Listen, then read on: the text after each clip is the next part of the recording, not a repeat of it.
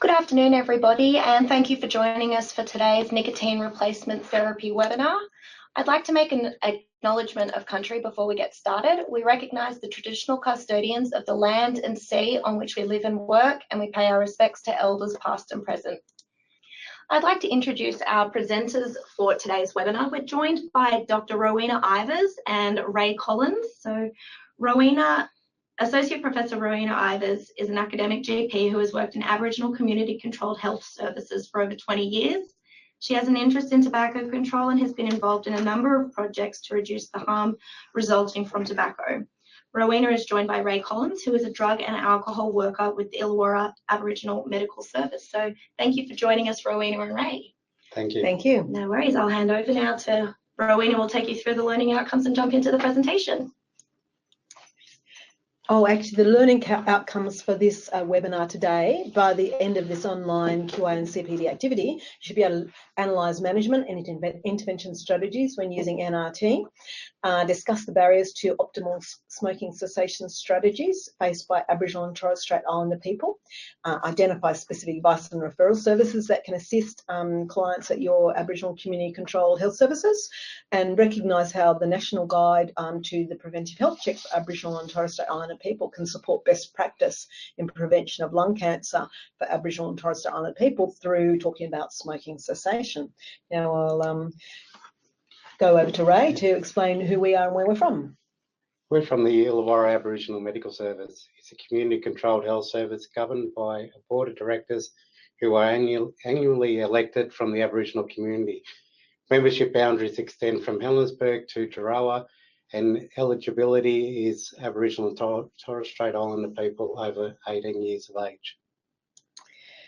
This webinar came about, it's supported by the AHMRC, and it's come about because New South Wales Health has funded grants to Aboriginal community-controlled health services in New South Wales for purchase of nicotine replacement therapy. So this is a new program, and if you're working at Aboriginal community-controlled health service, your management would have probably had correspondence about this funding for this. So this webinar is really designed to support health staff, including GPs, nurses, Aboriginal health workers, drug and alcohol workers, and other staff at AMSs to encourage safe use of nicotine replacement products, both in their clinics and also out in their communities as well. So let's have a talk about nicotine replacement therapies. I guess the benefit of nicotine replacement therapy is that you're getting nicotine, which is the addictive part of tobacco, without all the other harmful chemicals. When you're smoking a cigarette or a rollie, you're actually getting a whole lot of chemicals derived from a range of things, the pesticides that the tobacco is grown with, accelerants that make the cigarette burn faster. There's a whole range of chemicals that are quite dangerous to our lungs and can cause cancer and other health problems such as respiratory disease. So I guess the thing about NRT, you're not getting that damage to the airways. I worked for a long time up in the Northern Territory, and colleagues and people that I knew would actually use nicotine and chew tobacco. That's one form of tobacco where you use tobacco mixed with an ash from local trees, and you chew on it and then store it behind your ear for use later on, and you would actually get some nicotine going through your skin that way.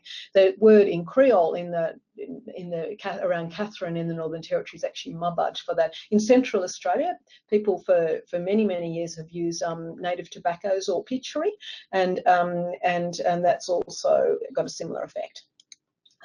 So first of all, I guess the main thing to think about when we're giving out NRT is it's also important to give that support around it. And a lot of the support is actually what is the advice that's given by us as health professionals on quitting. We have to remember that many people, actually about 90% of smokers, will give up without help, but that nicotine replacement therapy can really increase the quit rates. But we still need to deliver all the advice. So this is the 5 A's. So we have to ask people about tobacco use and record their smoking status. And certainly in some of the electronic medical record systems that we use, like Communicare, is actually with the OBS. So you can store them, record them as a smoker, ex-smoker, who never smoked, record the number of cigarettes per day if you can, previous quit attempts, and if they've got any smoking related disease. But I think certainly for your collection of data, you would need to record their smoking status. You can actually do this as part of their 715 health check as well. The next step is advise smokers to quit, and do it in a way that's strong, personalised, supportive and non-judgmental. You do not want to annoy people, you want to be supportive. So you might want to talk about their current illness and how that's caused by tobacco, and talk about the health benefits, that some of their health conditions will actually improve. Their chance of cancer will go down. They have many benefits. Good idea is to look at their willingness to quit, and I guess work with the people who are ready to quit now, or thinking about it. You'll always get a few hardcore smokers who don't want to talk about it. It's still worth mentioning something, but it's you need to catch them at the right time. Next thing is assist in a quit attempt, which is where the NRT and other medications come in, and then arrange follow-up. So it's quite critical, and we know there's a lot higher rates of success when people have follow-up from the health professionals. And I would actually arrange it. I'd book a time to go and have a chat with them again, and I'll have a bit of a talk about how Quitline can help with that later on. Some of the 5 A's come from the RACGP, supporting smoking cessation guidelines, and I believe there is a new version being developed at the moment.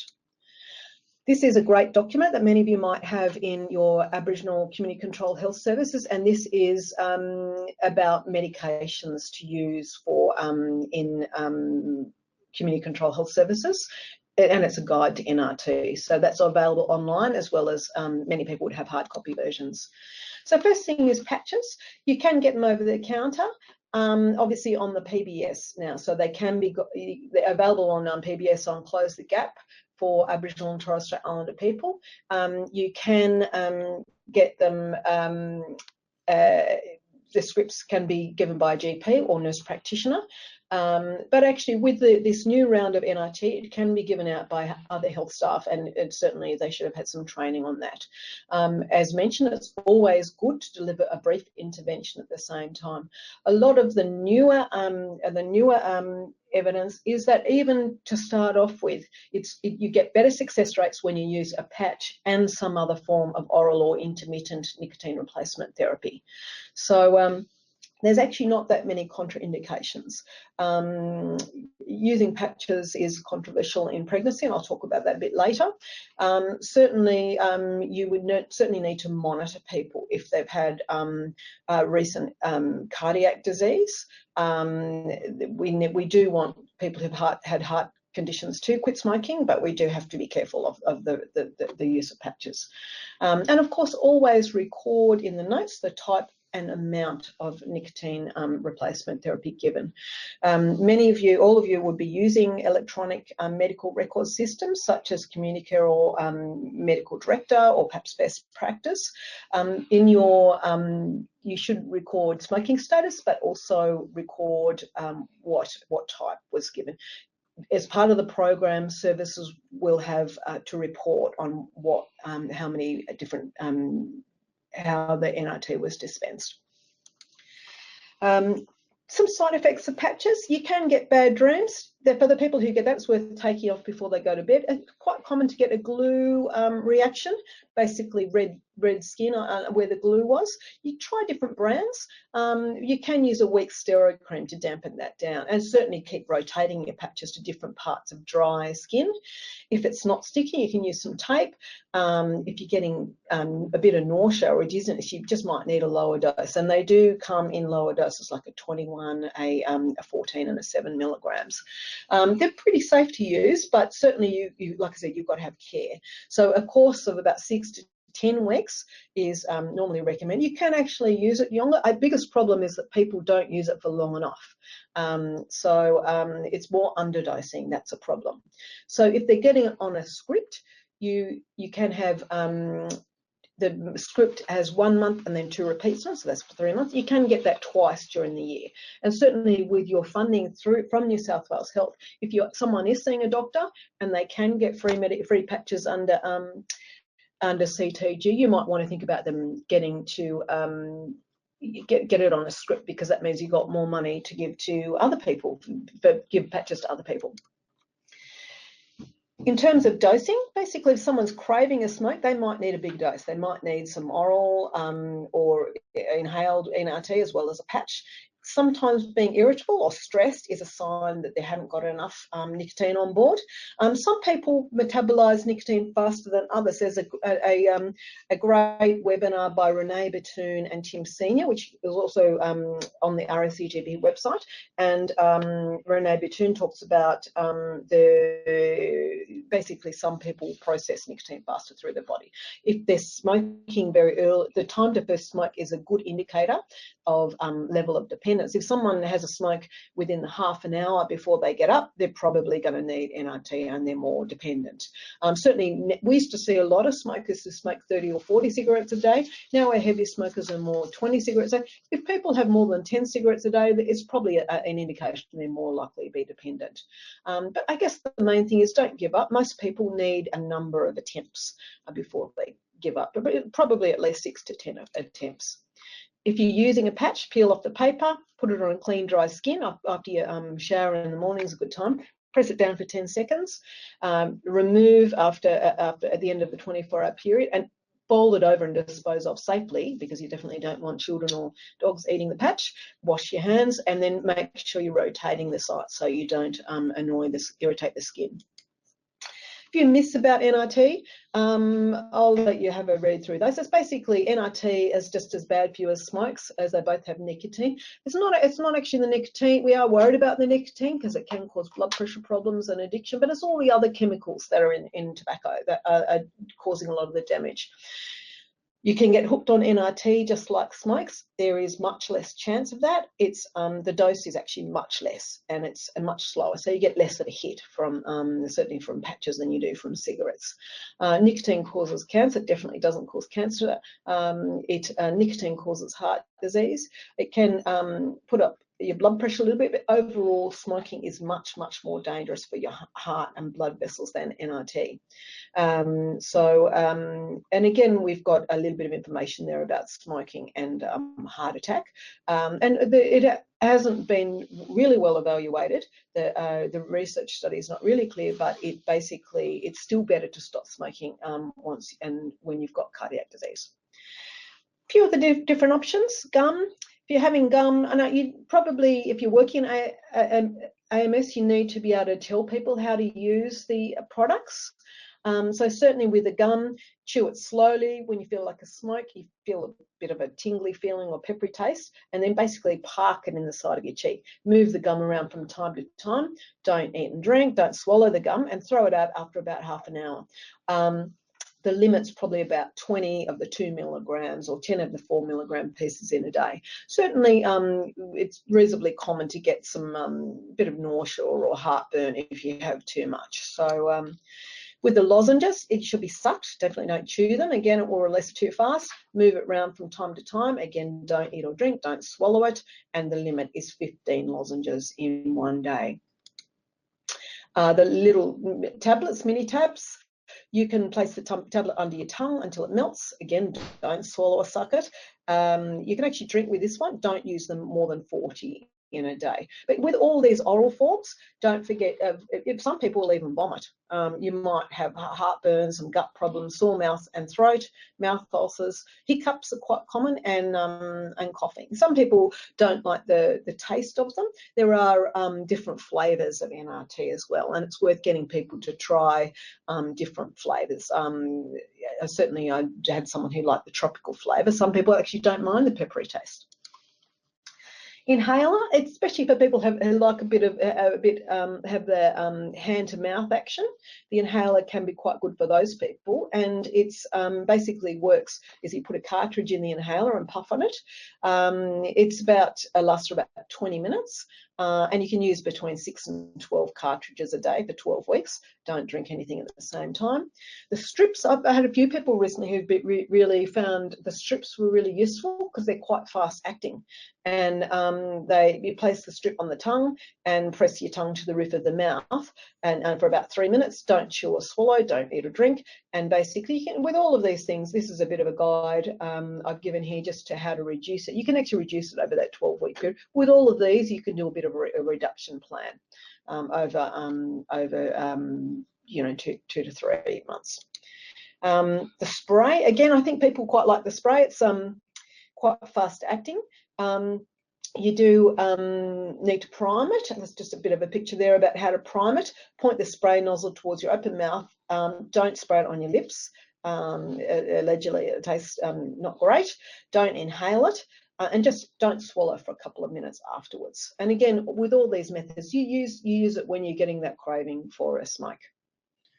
Just a bit of a lot of the research now is saying the combination NRT is going to be more effective. So you can use a patch and say 6 bits of gum per day would be an example. So certainly you can try. So if your first quit attempt, it might be worth just trying one form. But if you have if that doesn't work, it's good to go to a combination therapy. You can start the very first go of using a patch and some other type of therapy as well. The patch kind of gives you the slow release in nicotine, and the intermittent NRT like gum or inhaler or spray will give you that little bit of a hit when you actually feel like a smoke. So, and there's a couple of ways you can do it as well. I'll talk about in a minute. This is a bit of a guide to the dosing.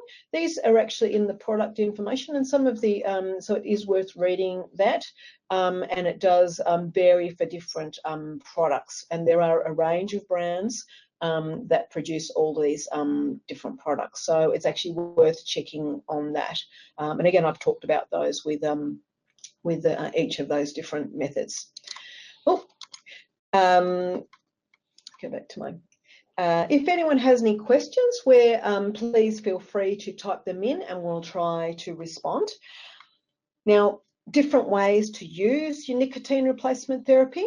There's various ways to use the NRT, and there's no strict rules about this. The first thing is just to quit. So basically, you stop one day, you start the NRT on the same day. So and that's one way of doing it, and that does suit some people. People aren't so keen to do that. You can try starting a bit of NRT before you quit. Use a 21 milligram patch for about 2 weeks, and then you can stop smoking and stay on the patch. You know, often people won't feel like smoking as much because it does reduce the cravings in that 2 weeks. And then after that, you can actually add some intermittent NRT like gum or inhaler or spray, and if people still have the cravings. The other thing is to gradually cut down and basically cut down the number of cigarettes while increasing the number of oral or spray NRT. So, and just do that gradually over 6 weeks, where the smokes go down and the NRT goes up. And you can still keep going with the NRT, like I said, for about 12 weeks, 10 to 12 weeks is good. Some people do wean down the NRT at the end. So some of the recent research is that you don't really need to do that. Some people prefer to do that. They might, say if they're using intermittent NRT, they might reduce their gum or inhaler over the weeks after that. So certainly using the patches and other intermittent NRT is more effective. I'll talk a little bit about NRT and pregnancy. It's a little bit controversial about the use of NRT in pregnancy. Certainly we know that out of anything that you can do in antenatal care, getting people to quit smoking has the biggest benefit in terms of the health of the baby and in terms of perinatal mortality, a whole lot of things. So there's quitting at any stage of pregnancy is useful, but obviously earlier is ideal. But even if you quit in the last third of pregnancy, it's better than not quitting. Generally, we would say try cold turkey first, but if people do need NRT, it's good to try the intermittent sorts like gum or inhaler. And it's actually very similar levels of nicotine in people's blood as if they'd actually tried smoking, if they're actually smoking. So certainly for heavier smokers, they're more likely to need some NIT. You can't use varenicline or bupropion, the other medications in pregnancy. It's also important to be very generous in giving out NIT to partners and grandparents or anyone else living in the house as well. And a lot of the stop smoking programs for pregnancy do support family members. And I've just got a picture there from Quit for New Life. Got a question here about whether you can get a copy of the slides. They will be up on the RACGP website, and the RACGP has a great store of other talks that have been delivered by webinar in the past. So, okay, NIT for teenagers. Generally, we say you can use nicotine replacement therapy from 12 years of age. So we certainly do this in the later stage of our child health checks, and also certainly with the adult health checks from 15. And we know that most smokers begin smoking when they're about 14, and certainly some kids start earlier. If kids are smoking regularly when they're 15 or 16, they can be quite dependent, and NIT can be very useful. Don't forget too, if people are smoking cannabis as well, they're often mixing tobacco with it, and NIT is really useful for cannabis smokers as well. Certainly with talking to adolescents, you can talk about smoking from 10 years of age. I think that's quite appropriate. Certainly we encourage a little bit of care, especially the younger age groups, and discuss it with a doctor. But especially for people as they approach adult size, it's safe to use. Just a little bit of a word about the other medications. Varenicline, it's a tablet that's available on script to stop smoking. It basically blocks the nicotine receptor. It's got quite a high quit rate, about 26% quit rate at 1 year, and it's even higher with NIT. You can get it on the script, and it is on CTG, but they do need to see the GP for that. A big question about whether it destabilises mental health. One thing we do know that giving up even without any NIT or stop smoking medication always destabilises mental health, and so it's worth monitoring people over that time. Again, common problems are nausea. You can give metoclopramide for that. It does normally settle, or you can stay on the lower dose for longer. It actually appears to be slightly more effective in women, but you can't use it in pregnancy. And again, the combination is more effective. So the general script is it starts with a low dose once a day. You need to get them to come back in 3 or 4 weeks for another script. It's an authority script. The next one's for 8 weeks, and you can actually even extend that. And you can actually smoke for the first couple of weeks while you're on it. And I've had a lot of really heavy smokers, even 40 a day, who've given up using varenicline. And they kind of describe it as it feels like they're smoking ash. They don't get the pleasure out of it because it's blocking those reward sense receptors in the brain. So you can use 1 course a year, but you can also use obviously use patches or use bupropion as well at different times. Bupropion is actually an antidepressant. It's also got a decent quit rate, again only on a script from through the GP. You do need to take care when combining with antidepressants because it is an antidepressant. One thing we watch out here is a slightly increased risk of seizure, particularly in those who've had epilepsy or head injury, but it can actually even occur in those who've never had seizures before. Again, can't be used in pregnancy or breastfeeding, and again, you can use it with patches as well. We always will, when we're talking about smoking, you will always get questions about electronic cigarettes. Now, these have been on the market, and there's been quite a lot of marketing around them over the last year or two. So we do get clients asking a lot of questions about these. So basically, these are different from the nicotine inhalers. These are the electronic cigarettes mimic the kind of act of smoking, and smokers that I've spoken to describe liking the kind of the suck action. So you get the nicotine without actually having the combustible, the smokable tobacco. They're meant to, they're designed so they look like traditional cigarettes. They've got a cartridge in it that kind of basically atomizes the nicotine and a battery.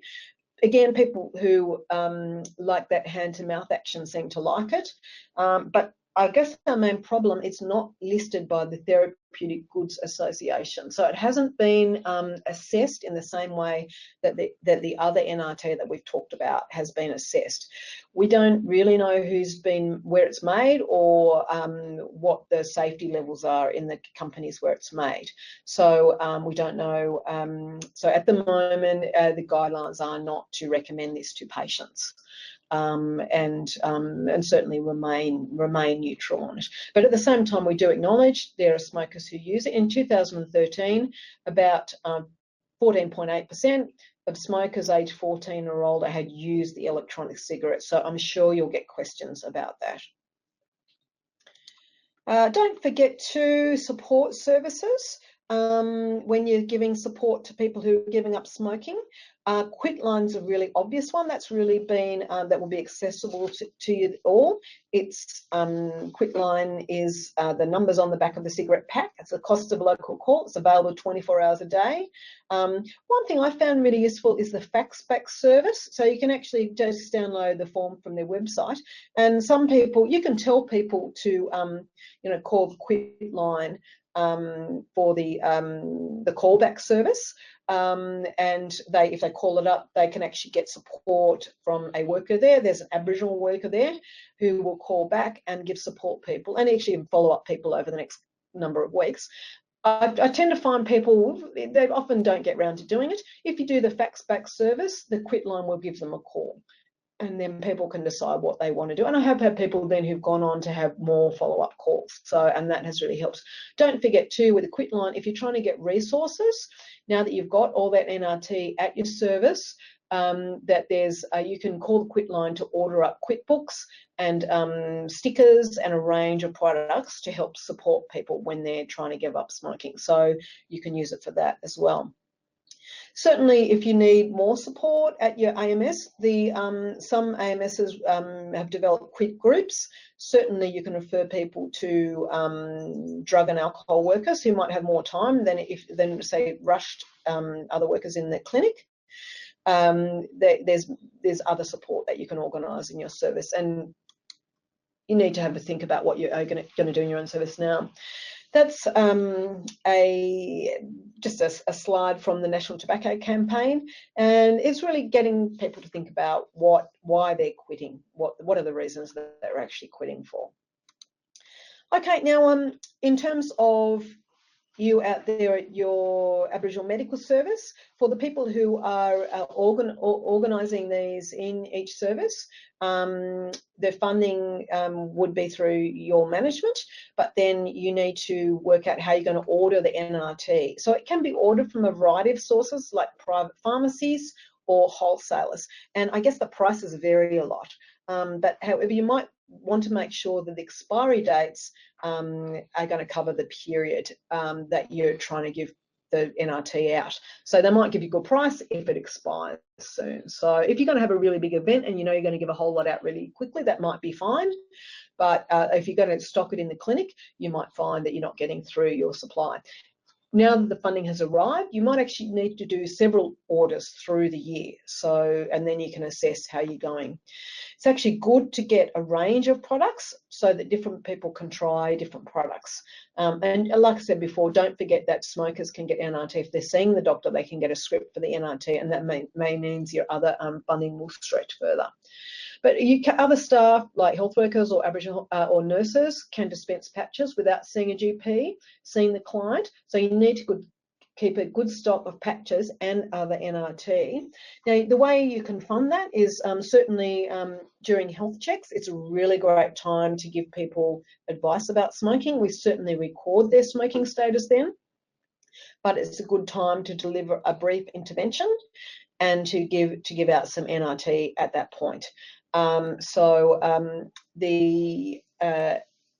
think staff should definitely be trained to use it. If there's any concerns, I guess people like pregnant women or adolescents, is good to ask the GP for support. Certainly with people with serious medical problems, it might be worth running it by. In terms of the and don't forget when you're giving advice that it is covered by the normal Medicare that you're using if you're seeing them as part of a medical consult. In some services, I believe that they've used the 10987 Medicare item, which by an Aboriginal health practitioner, to actually run quick groups, or you can use the follow-up appointments after a health check or a chronic disease care plan to give advice and follow up people. And that could be used for giving out NRT as well. I mean, other services might, certainly our service is planning some outreach programs, and different services might consider support groups in other exercise groups or youth groups or men's group. I'll get Ray to talk about our outreach soon. So just one of the things that New South Wales Health will be getting services to do is to collect data on their use of the NRT. Now, services are already required to collect smoking status, and that can be done in a program like Communicare, and certainly at the time of health checks, as I mentioned. It's also good to work out how you're going to record giving advice about tobacco. So it might be worth to check through your program and check how you're going to do that. It might mean you record a clinical item of smoking brief intervention, but you've also got to work out a way for your organisation to collect data on how much you give out. In some services, this could be an exercise book next to the NRT store, but you need to be able to deliver that information back to the funding body. So certainly when we're getting data, it helps us to plan future programs as well. It basically helps us to run programs. If we're thinking about running a quick group and coordinate the lists of clients, it basically is for monitoring, to feed back to our community as well as New South Wales Health. And we want to know if they're actually working, and we should be able to find out from our smoking status whether it's actually worked. You can also pull up data on prescribed patches or varenicline or bupropion from your electronic software as well. That's quite easy to do. I guess the main thing is to work in each organisation. You've got to work out how you're going to record that so that we know that the NRT is being used well. Just reflecting back on the new National Aboriginal Community Controlled Health Organisation, the NACCHO National Guide to Preventive Health Assessment for Aboriginal and Torres Strait Islander people. On smoking there, just a bit of a reminder to how often you should talk about smoking. We know that talking about smoking is a very major part of preventing lung cancer. And so the recommendation there is asking all people aged over 10 if they smoke tobacco. Do it every time you see them or as part of the health check. Certainly, we talk about asking people who are current smokers, we should ask them every time about their smoking and whether they're ready to quit this time, and think about their level of dependence so we can guide what we do. Certainly, again, the 5 A's: ask, assess, advise, assist, and arrange follow-up visit. So, certainly for people who are aged over 18, you can use NRT, varenicline, and bupropion, and the adolescents, as I said, can use the NRT as well, and do that at every visit. The same thing for pregnant women: give advice at every antenatal visit, and certainly think about other programs in your service. Think about how you record smoking, and think about your health promotion materials, whether you need some more posters or displays, more pamphlets, some no smoking stickers for people to take home, and you might want to think about your smoke-free rules at the health service. And certainly on the AHMRC website, there's some materials there, a manual that can help services guide their policy around smoking in their service. Certainly the other things is we now don't recommend CT for screening for or X-ray for screening for people at high risk of lung cancer. Well, that may change. There is research going around that, but for anyone with with lung conditions, giving up smoking. This applies to any kind of lung condition like recurrent pneumonia, COPD. It means giving advice every time to those people, and certainly as part of child health checks as well, to prevent exposure to secondhand smoke. So again, that should be part of our routine delivery of care as part of child health checks and adult health checks. Okay, we might go from the, we've got a question here actually. Is it safe to use NRT post-surgery or heart attack? I'll have a talk about surgery first. There's quite good evidence that giving up smoking before surgery does improve outcomes of many major surgeries, including it gives up, even giving up smoking in the short period before surgery can improve healing times and reduce clots. So it does. So it's very important around that time, and some surgeons won't even operate on people if they continue to smoke. Certainly after surgery, the hospitals will provide NRT, to stop cravings while people are in hospital. With cardiac disease, again, as I mentioned before, the research around this is not really clear. Certainly after 4 weeks, there's good outcomes from NRT, but with in the first period after a heart attack, it does mean going with care. You know, people have got to be very closely monitored. As I said, it hasn't been fully researched, but it appears to be beneficial at this stage. And again, there are studies being planned on this. So, okay, we're going to go now to a bit of a Q&A and over to Ray. Do you want to introduce yourself, Ray? I'm Ray Collins. I'm a 48-year-old Aboriginal man. I've been smoking for 25 years. Just recently started the AMS, and I thought it was time to give up the smokes. I've had a couple of clients come in asking to stop smoking, and my biggest thing was that if I don't do the talk, do the walk and do the talk, I'm no good to them. So I thought to myself, I'm going to give up the smokes once and for all. Some of the, mainly when you talk about, you're getting in the, you talk about the health and the generational part of my family where I lost both parents to smoking, lung cancer. So I was getting to that time. I wish I'd have done it earlier, but that's main reason is basically for health concerns and for my children, and be a good role model for the family. So Ray, just tell me a little bit about when you started smoking. What were the things that made you start smoking? Well, looking back on it, was parents smoking in the house, smoking in the car. So I didn't pick them up till I was 23, but now I look back on it, it was a continuation of just secondhand smoke that I inherited the smoking. And now, when you made your first attempt at giving up smoking, tell me what you did then.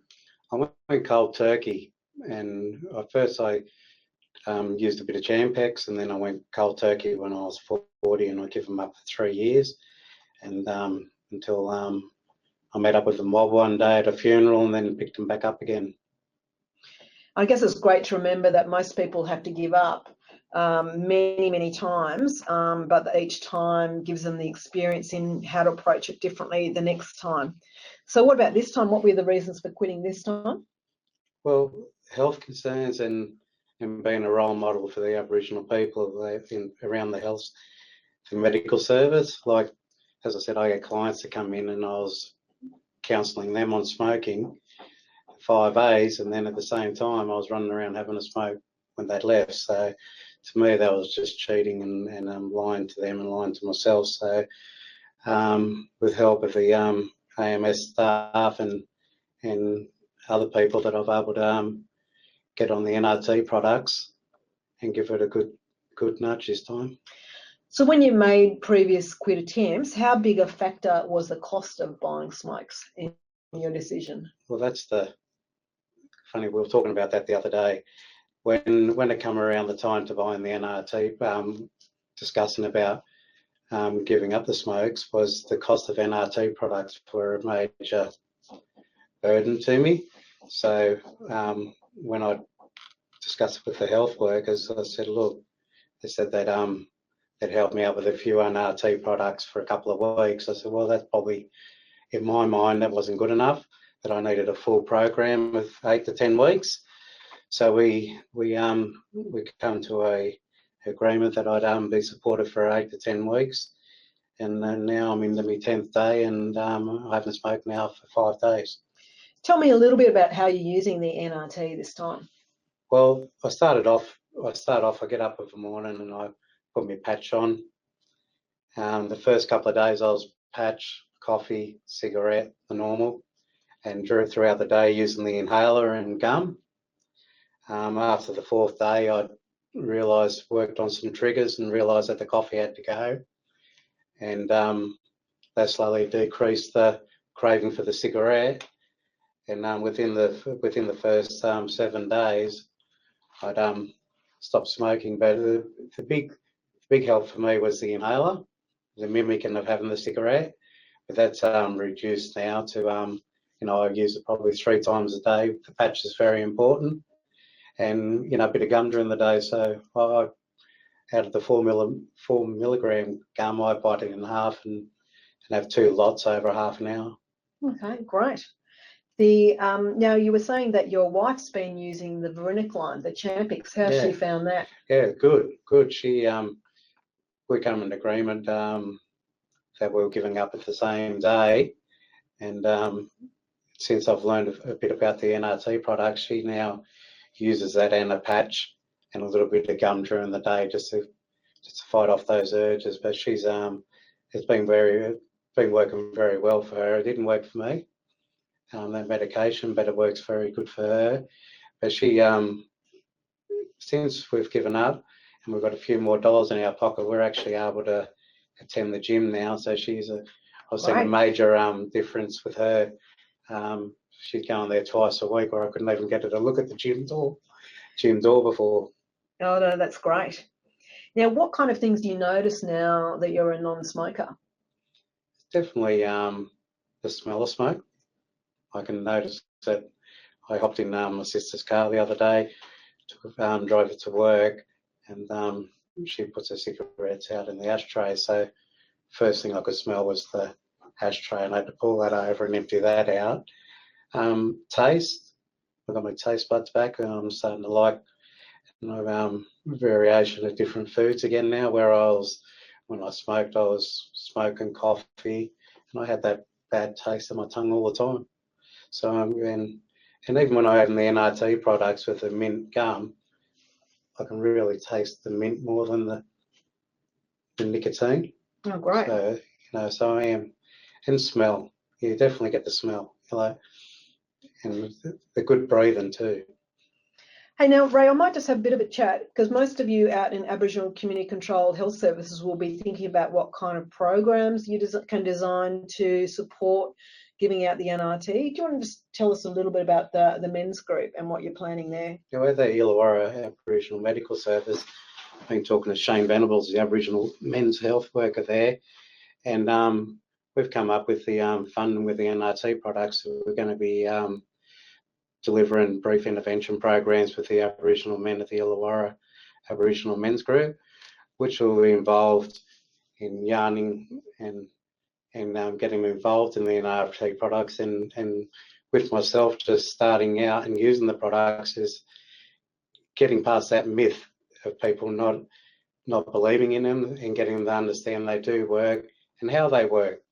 I didn't understand that how to use the gum properly, to spray properly, but getting them to understand that they work is going to be a huge step.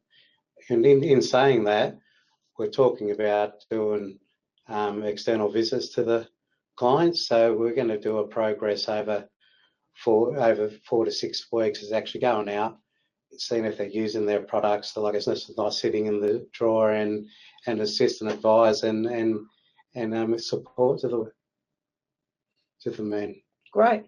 And I think in different AMSs, you might have a variety of ways that you can use NRT in programs. Certainly you can use it in seeing patients in the clinic normally. You might have diabetes groups or mental health groups, and you might find there's clients there that would like some specialised support about smoking and be supported in using NRT. A lot of the antenatal programs already have access to some NRT. Certainly, for family members, that's very important. So it's important for us to think about that. We also actually offer it to parents when they come in with their children for child health checks. So you might even find it's got a role in your child health programs as well. But certainly, it's great to go out to do some outreach. I know in other communities there have been quit smoking programs, for example, for sporting teams or for workplaces that request support where they have a lot of smokers there. So you need to tailor that to your community and work out appropriately how to use the NRT and also reach people who aren't coming into the AMS, especially young, well people. They may not be attending the AMS because they're working. So it's good to think of ways to reach out to those people too. And I'd also like to say I get support too from the Koori Quit line. They actually ring me twice a week, which, you know what, at first I was looking at the number going, I know I don't want to talk to you. And then I started answering it and I thought, you know, there'd be a non-Indigenous person there, but it's actually, she lives up at Alice Springs and she phones me twice a week to see how I'm going, which is a great support knowing that someone else is there on the other end of the line, and she gives me great tips too. And that's right, it's great to tell people about the Quit line and, like I said, to do a fax referral to them if you think those people need follow-up, if you're not able to do it yourself. We've just got one more question coming in.